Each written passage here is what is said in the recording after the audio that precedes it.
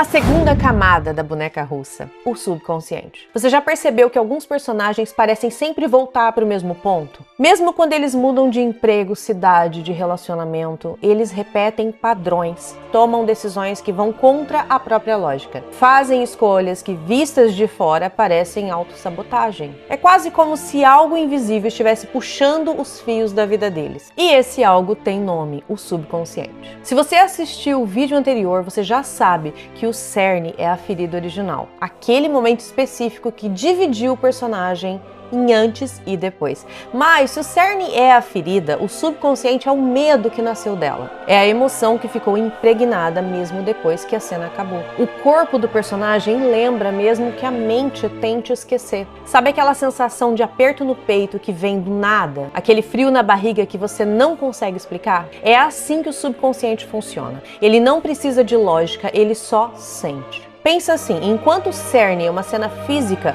o momento em que algo se rompeu, o subconsciente é o eco emocional que ficou ressoando dentro dele. Aquela sensação profunda que molda tudo o que vem depois. É tipo quando você queima a mão no fogão quando você é criança, e aí você não precisa pensar, fogo queima toda vez que você se aproxima de uma chama. O seu corpo simplesmente recua automaticamente. Com o personagem é igual, o subconsciente é essa memória emocional que age antes da razão. E esse medo é silencioso, mas ele é muito poderoso. Ele guia as escolhas, os relacionamentos, as habilidades e até os objetivos do personagem. Ele trabalha em silêncio, comandando a história sem aparecer em lugar nenhum. E é aqui que está o pulo do gato. Seu leitor não precisa saber conscientemente que esse medo existe, mas ele vai sentir a consistência do personagem. Vai perceber que as reações fazem sentido mesmo sem conseguir explicar o porquê. É isso que separa um personagem genérico de um personagem que gruda na memória do leitor. Como o subconsciente se manifesta na narrativa? Antes de te mostrar como descobrir o subconsciente do seu personagem, deixa eu te explicar como ele aparece na prática. O subconsciente não é algo que você vai escrever numa cena dizendo, por exemplo, João tinha medo de abandono desde criança. Não, isso é informação rasa. O subconsciente ele se revela através do comportamento. Por exemplo, um personagem que tem medo de ser abandonado, ele pode simplesmente se apegar rápido demais, sabotar relacionamentos antes que outra pessoa o deixe, fazer de tudo para agradar mesmo se anulando, evitar vínculos profundos como forma de proteção. Entende que são jeitos diferentes de lidar com o mesmo medo?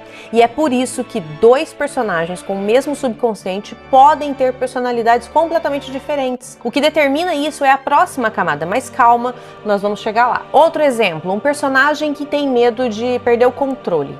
Ele pode, por exemplo, planejar tudo obsessivamente, ter surtos quando as coisas saem do roteiro, ser extremamente rígido com regras e horários, ou, pelo contrário, fingir que não liga pra nada como defesa. De novo, mesmo medo, comportamentos diferentes. E todos fazem sentido quando você conhece a origem, que é o cerne. Então, antes de continuar, aproveita para baixar o seu PDF com as 6 camadas que eu deixei no primeiro link da descrição e já deixa o seu like, por favor, para eu saber que você tá gostando. Agora, como descobrir o subconsciente do seu personagem? Volta pro cerne, releia a cena que você criou na primeira camada e pergunte: qual foi o medo que nasceu ali? Não é o medo racional, do tipo, tenho medo de altura porque eu caí da escada quando eu era criança. É o medo emocional, aquele que o corpo guarda. Formule essa emoção em uma frase simples, quase infantil, porque o medo profundo não é sofisticado, ele é primitivo. Por exemplo, ficar sozinho, ser invisível,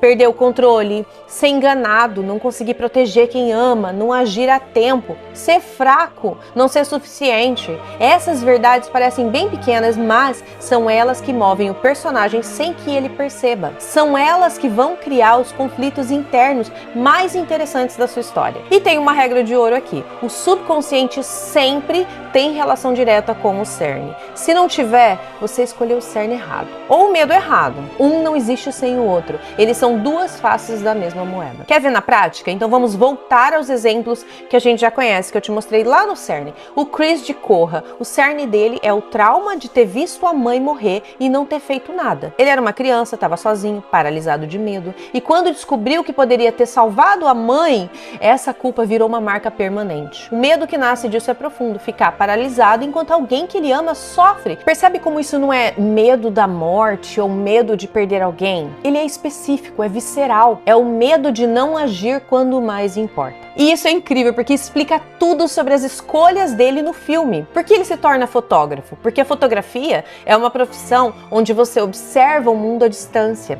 Você captura momentos antes que algo ruim aconteça. Você congela o tempo. É uma tentativa inconsciente de controlar a dor, de nunca mais ser pego de surpresa. Agora, olha a ironia. Quando ele escolhe uma profissão que mantém ele observando, ele continua se colocando na mesma posição de quem não age. E inconscientemente ele recria o padrão. E é por isso que quando ele acaba atropelando a Georgina no final do filme, ele paralisa de novo. O corpo dele lembra, o medo volta. E é aí que a história obriga ele a encarar o que ele sempre tentou evitar. Porque o papel da narrativa é quebrar esse padrão. O Arthur Fleck do Coringa. O cerne dele é a cena de abuso na infância. O menino que apanhava enquanto a mãe, a única pessoa que deveria proteger ele, fingia não ver. O medo que ficou nele é ser invisível, não importar pra ninguém. Gritar e ninguém ouvir, sofrer e todo mundo virar a cara. Pensa, na vida adulta ele vira palhaço. Alguém que vive pra ser visto, pra arrancar risos, pra existir no olhar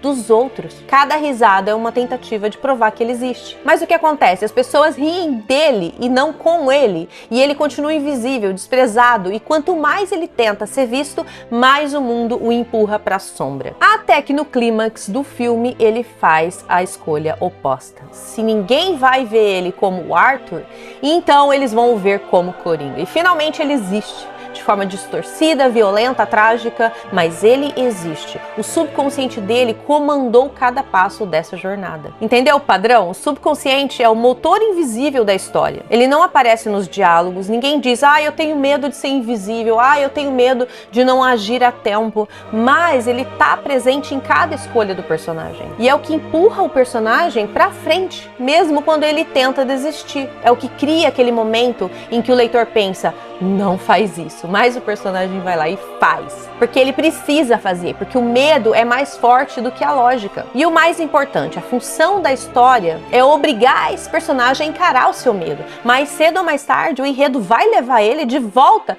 pro ponto que ele mais tenta evitar. A história é o ringue onde o personagem luta contra o próprio subconsciente. E dependendo de como ele lida com isso, a gente tem uma história de crescimento, ele vence o medo, uma história de tragédia, o medo vence ele, ou algo no meio, a vida real, onde a gente aprende a conviver com as feridas, né? Então, recapitulando, se o cerne é o momento que dividiu o personagem entre antes e depois, o subconsciente é um medo que mantém ele preso nesse depois. É a emoção que ele carrega como uma sombra. E tudo o que ele faz, tudo mesmo, é uma tentativa de não sentir esse medo de novo. E agora, o que vem depois? Na próxima camada você vai entender o que o personagem faz para esconder esse medo. Mas antes de ir, pausa e pensa qual é o medo que o seu personagem passou a vida inteira tentando não sentir. Qual é a emoção que ele faria de tudo para evitar? Escreve isso, guarda, porque esse é o coração da história que você está criando. E se você ainda não baixou o PDF completo com as 6 camadas, ele está aqui embaixo na descrição, no primeiro link. Não esquece de se inscrever